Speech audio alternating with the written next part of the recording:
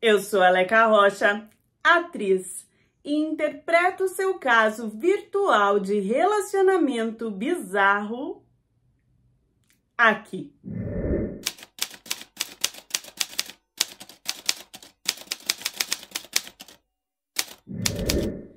Eu tinha só 19 anos, já tinha acabado os meus estudos, não estudava mais nada, não trabalhava, passava um tempo bem grande na internet e com uma das coisas que eu perdia bastante meu tempo era com um aplicativo chamado Ioiô.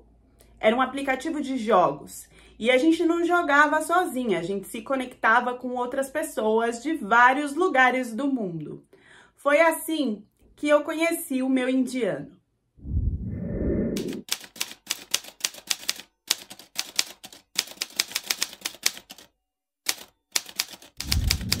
A gente no começo só jogava mesmo. Eu não sentia nenhum tipo de atração física pelo Raj. Ao meu ver, ele não era bonito. Ele tinha, sim, algumas coisas que deixava ele interessante, mas no começo, como a gente só tinha essa coisa da aparência física, então eu meio que não me interessava, não. Eu estava ali realmente só para jogar com ele. Ele tinha acabado os estudos e trabalhava na área de publicidade. Só que de tanto jogar e começar a conversar, o Raj pediu o meu WhatsApp. E eu passei para ele, achando que seria só mais um contato do outro lado do mundo, mais um amigo virtual. Só que a gente começou a conversar e começou a aparecer o assunto de relacionamento. Ele também começou a me mostrar como era tudo aonde ele vivia na Índia. E foi aí que eu comecei a ter um interesse maior sobre ele. Eu não sei se eu contei para você, mas eu morava em Manaus. E Manaus era um lugar que não tinha muitas coisas atrativas no meu modo de ver. E quando o Raj me mostrou o lugar que ele morava na Índia, em Bombay, com a família, eu meio que abri os meus olhos e comecei a me interessar, porque o Raj, ele não era um indiano pobre. A família dele tinha condições financeiras. E isso era visto na casa, em tudo que ele me mostrava. Eu comecei a olhar ali e perceber que era uma vida que eu desejava, que eu queria e que eu não tinha no Brasil. Eu confesso que eu fiquei muito surpresa, porque na minha cabeça só existia indianos pobres. Aquela ideia do sujo, do lixo, do feio, do mal cuidado, desapareceu quando eu comecei a falar com o Raj pela chamada de vídeo. A casa dele era cheia de adereços e de coisas que a gente via que tinha muito valor, douradas, detalhadas, tudo muito, assim, bonito e atraente. A gente percebia que a família dele não tinha pouco dinheiro, porque tudo era feito na melhor qualidade possível. Diferente da minha casa, que era tudo bem simplório. E eu conheci o mundo do Raj inteiro pela internet por 5 meses em que a gente conversou, decidimos começar a falar sobre relacionamento, confirmamos que queríamos ficar juntos e casar e começamos a resolver como que isso seria feito, desde a questão de viagem até a questão de organização do casamento, o que teria, o que não teria, como que seria. Eu fiquei um pouco assim, em dúvida, porque eu não sabia na minha cabeça como que eu iria sair de Manaus para ir para a Índia, sozinha. Foi aí que o Raj, ele me passou muito mais segurança, porque ele me contou que ele viria para me conhecer. Ele viria ao Brasil. E aí eu pensei, nossa, ele realmente tem condições, porque o indiano vir ao Brasil para me conhecer. E a coisa ficou mais certa ainda, quando em uma das conversas ele me explicou que ele não viria sozinho ao Brasil. Ele viria junto com a família, mãe e pai, para que eles já me conhecessem, para que já ficasse acertado como que seria toda a parte do casamento, para conversar com os meus pais, para deixar todos os pingos nos is. Quando eu contei para minha família, eles não gostaram muito da ideia e os meus amigos muito menos. Na cabeça deles, a gente teria que se conhecer mais tempo e se o Raj quisesse casar comigo, que ele ficasse um tempo no Brasil. Mas pensa, o cara vir aqui com a família toda, imagina o dinheiro que ele não ia gastar, e fora que eu morava em Manaus e eles pagaram uma passagem para eu ir até São Paulo para eu me encontrar com eles. Era muito custo. O Raj falava português, a família dele não. Então ficou combinado que quando eles chegassem aqui, o Raj ia traduzir tudo direitinho para eles. Eu só acreditei que tudo isso estava acontecendo, era muito assim na minha cabeça. Um cara online e ainda a questão de ser indiano, que tem essas coisas de golpe, de querer ficar no Brasil, de não ter dinheiro nenhum, e de repente um indiano importante, né, um indiano com dinheiro, a família dele escutando ele, que também são coisas que são raras, né, porque o indiano sempre escuta muita família, e a família, quando tem essa questão de casta e de dinheiro, eles querem alguém do mesmo padrão e não uma estrangeira. E eu só acreditei mesmo quando eles chegaram em São Paulo. Eles ficaram 5 dias aqui e me trataram muito bem. Perguntaram várias coisas, eu mostrei alguns lugares para eles, eu não paguei nada. Eles cuidaram de mim como uma filha. Mesmo com todo esse esforço da família do Raj, os meus pais e os meus amigos continuaram batendo o martelo de que o Raj deveria ficar aqui, que ele que deveria se sacrificar, e eu já estava vendo ele sacrificar. Qual outro homem faria isso? Qual estrangeiro faria isso? Eu nunca tive acesso a nenhum europeu, a nenhum cara com grana que fizesse isso por mim. Depois disso, nós passamos 2 anos conversando online. Nós fomos resolvendo coisas do trabalho do Raj, de onde a gente ia ficar, de como seria. E a galera já não estava mais acreditando que isso ia dar certo, que eu realmente iria.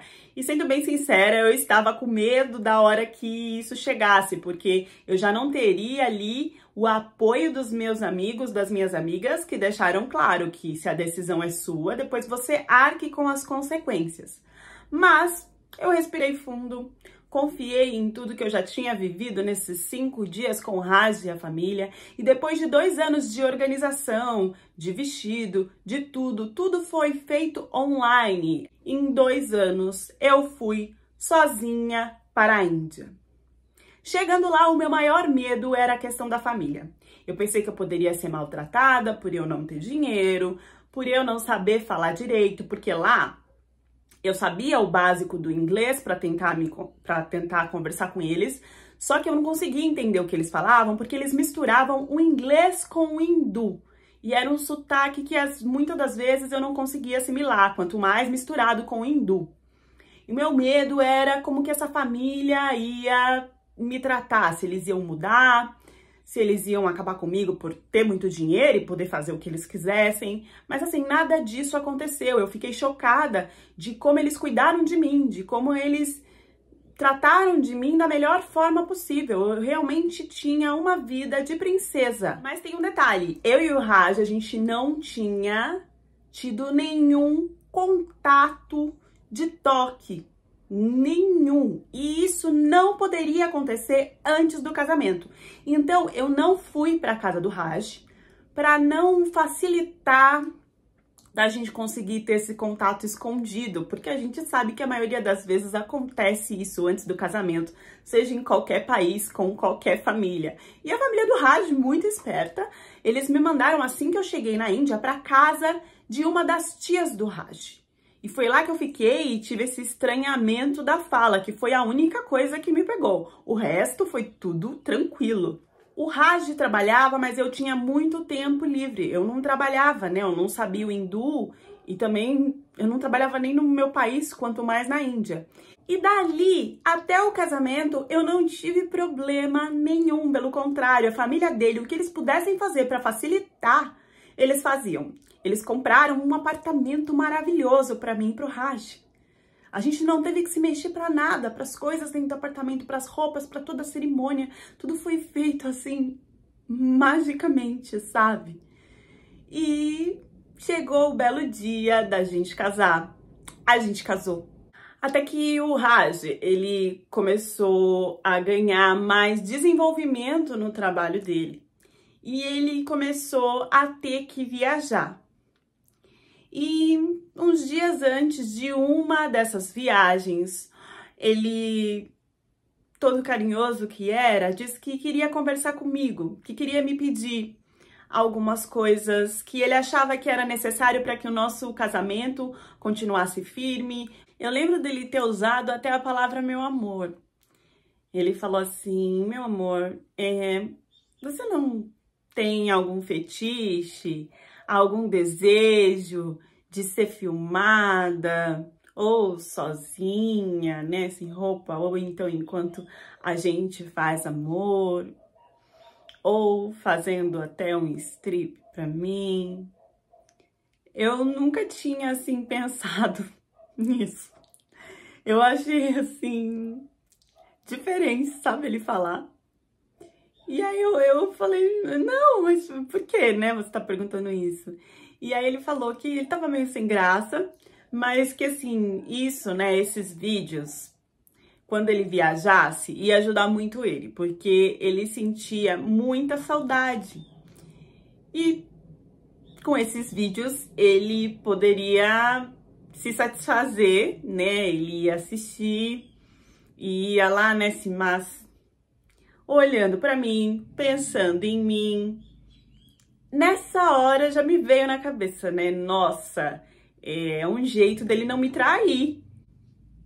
Eu não sei, assim, até que ponto ele tava com isso na cabeça, mas passou rapidamente pela minha mente que fazer isso ia ajudar com que a gente estivesse cada vez mais conectado, que ele não olhasse para outras mulheres, que ele não assistisse filmes enfim, que ele se satisfazesse mesmo só comigo. Como a gente era casado, eu achei que esse tipo de intimidade era normal entre um casal, né? Entre quatro paredes, o que o casal decide ou não, fica ali com o casal, se está saudável para os dois, mentalmente, fisicamente, tá tudo bem. E na minha cabeça nunca passou assim que ele poderia querer vender esses vídeos. Porque, primeiro, eu era a esposa dele e isso seria uma vergonha para a família. Segundo, que ele era de uma família que tinha muito dinheiro e o trabalho dele também dava muito dinheiro. Ele não precisava desses vídeos para ganhar alguma coisa. Ele não tinha nem necessidade de trabalhar se ele não quisesse. Então, eu comecei a gravar. Eu aceitei que ele gravasse, eu também gravava quando ele estava lá e pedia. E mandava, e pra mim isso tava assim, tranquilo, eu até me sentia super desejada, né? Ele mandava palavras falando, nossa, enfim, isso acabou apimentando, acabou aquecendo mais a nossa relação. Eu tinha, assim, um pouquinho de preconceito que foi embora, porque na verdade evoluiu pra uma coisa que até eu gostei. Só que depois de um tempo, ele começou a me mostrar conteúdos de pessoas que tinham relação a 3 ou de 2 em 2 casais, de 4.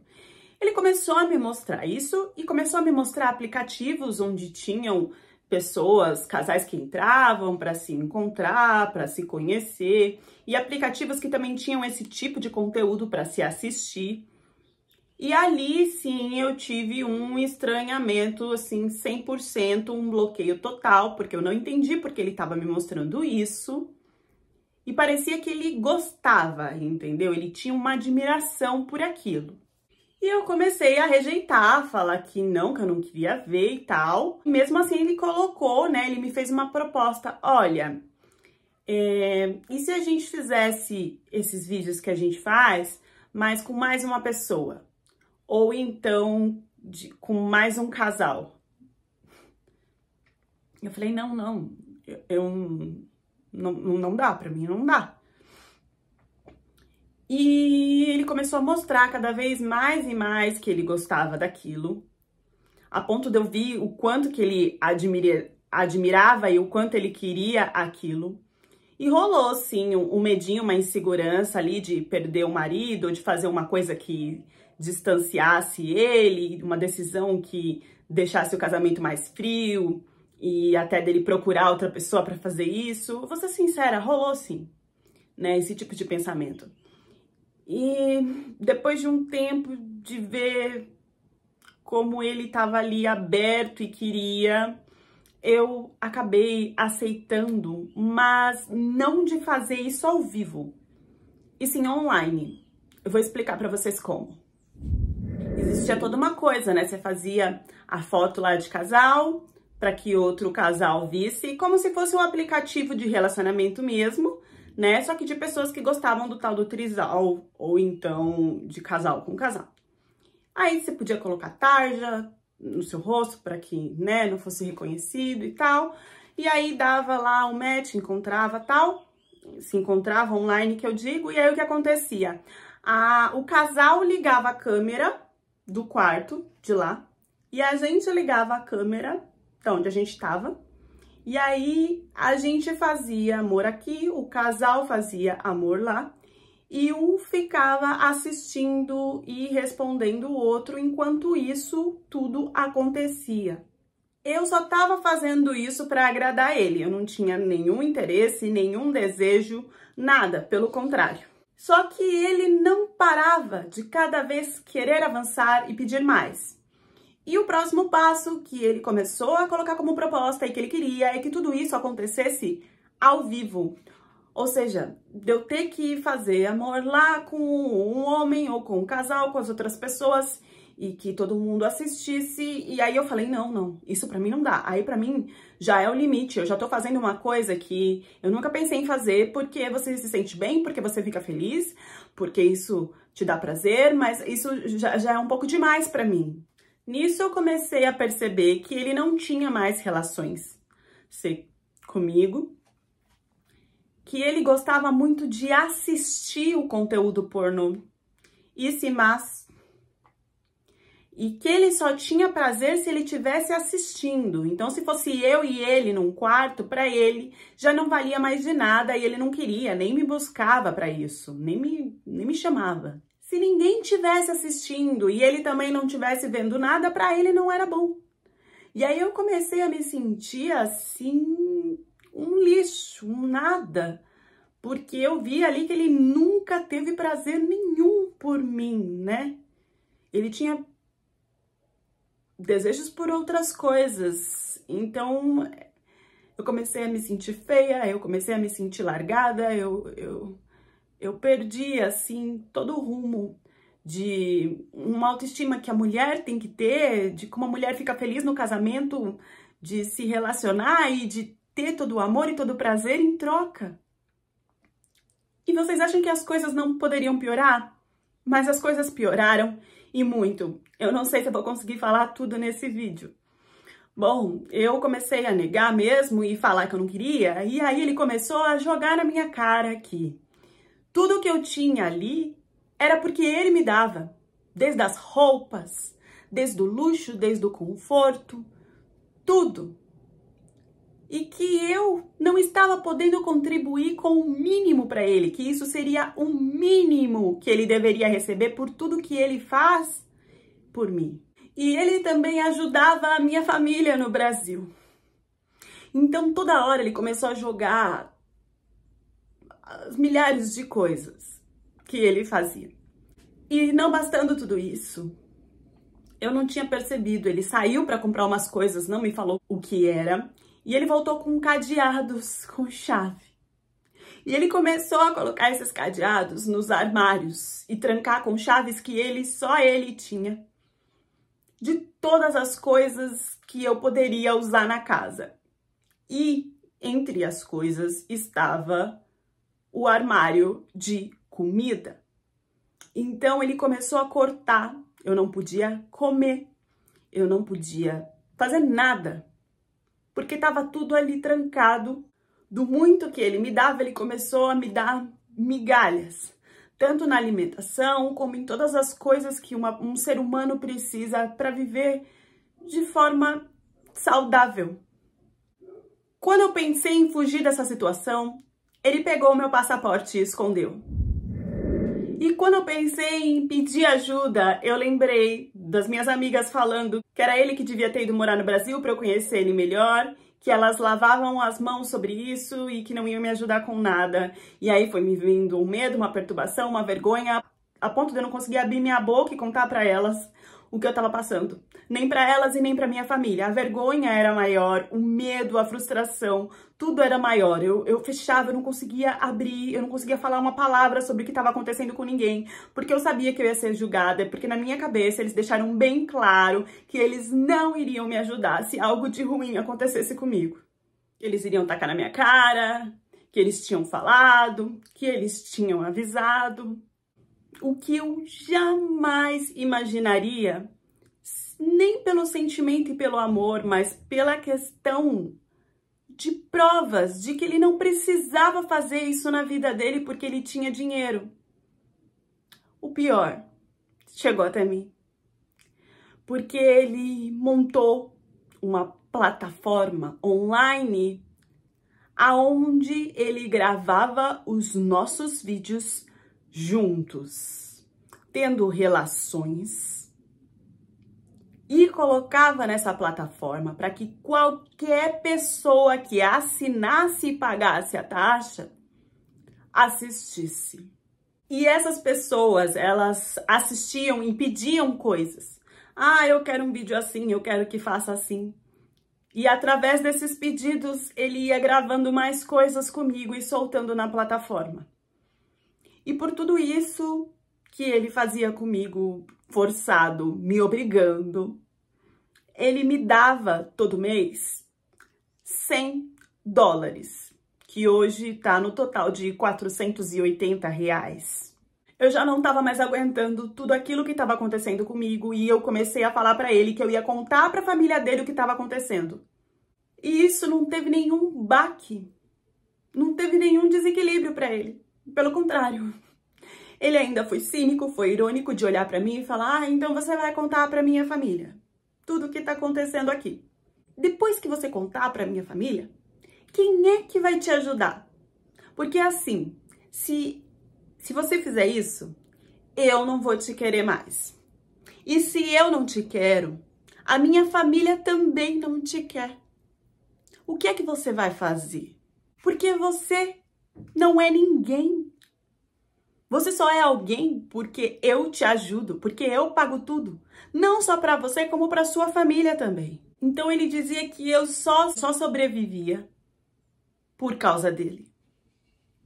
E foram com essas ameaças e com todo esse envolvimento que eu fiquei 3 anos com o Raj, fazendo esses vídeos.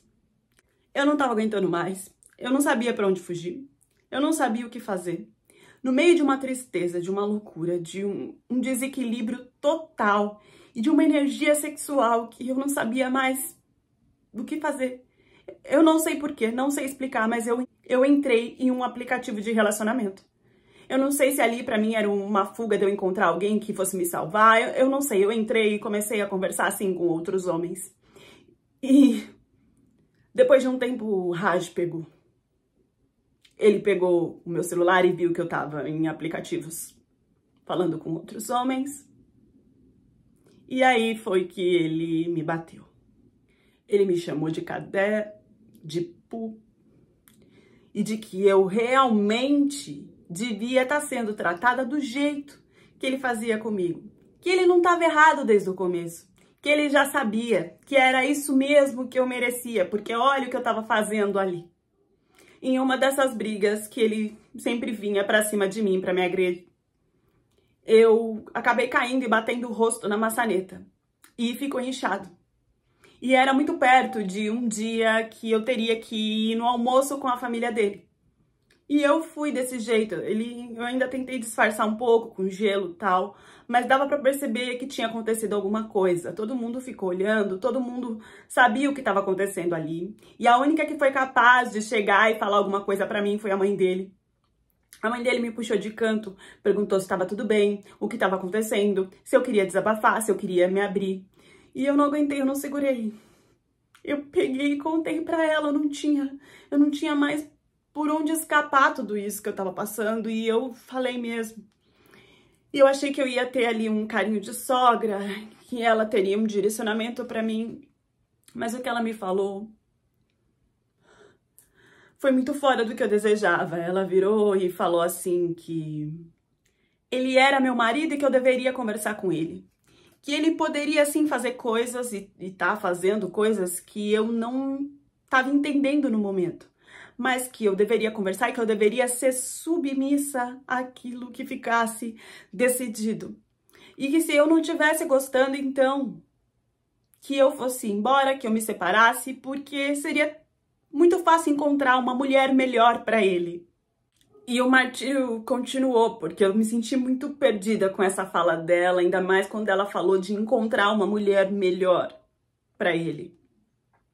E ele não encostava em mim, ele não encostava em mim no quarto, quando a gente tava na vida normal, não. Ele só encostava em mim para fazer as lives. E nas lives ele começou a ficar agressivo e me bater. Ele viu que isso também dava dinheiro. E ele tacava assim a minha cara, prensava a minha cara.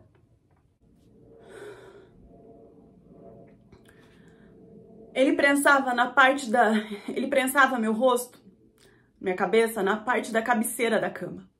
E era de madeira, madeira mesmo. Tacava minha cabeça ali, eu comecei a ficar desesperada, eu comecei a ver que isso não ia ter saída, que eu ia acabar com a minha vida, que não tinha mais pra onde eu ir. Nesse desespero, eu acabei desabafando com uma amiga minha do Brasil, que ficou desesperada pra mim, tava do outro lado do mundo e já saiu correndo e foi pra delegacia pra tentar ajudar lá do Brasil. Lá do Brasil eles indicaram que ela tinha que ir na embaixada do Brasil falar o que estava acontecendo, e ela foi. E da embaixada do Brasil ela fez uma conexão até a embaixada lá da Índia para que eles conseguissem ter acesso a mim. Tudo isso foi feito num desabafo, num desespero. E eu achei que nada fosse acontecer. Mas pelo contrário, um dia em que ele estava pronto para acabar comigo de novo nessas lives, a campainha tocou. E era um homem da embaixada, do consulado, lá na Índia, que veio para conversar e ver o que estava acontecendo, que já queria resolver muito ali da situação. E nesse primeiro contato, eu voltei para trás de tudo que eu tinha falado e desabafado com a minha amiga. Eu não consegui fazer perto dele. Eu não fiz a denúncia, eu fingi que nada estava acontecendo, eu não tive essa coragem, eu estremeci na hora que eu mais precisava ter força para fazer isso. E o cara foi embora, eu não fiz a denúncia. E eu pensei no nosso casamento, eu pensei que isso poderia se resolver, eu pensei que isso poderia mudar, eu não sei. Eu não sei muito bem o que passou na minha cabeça na hora, mas eu não consegui. Eu fiquei com medo de perder ele, eu gostava dele, eu amava ele. Eu não queria que fosse esse fim. E aí eu fiquei muito chocada, porque quando esse cara foi embora, ele não pensou nem por um segundo.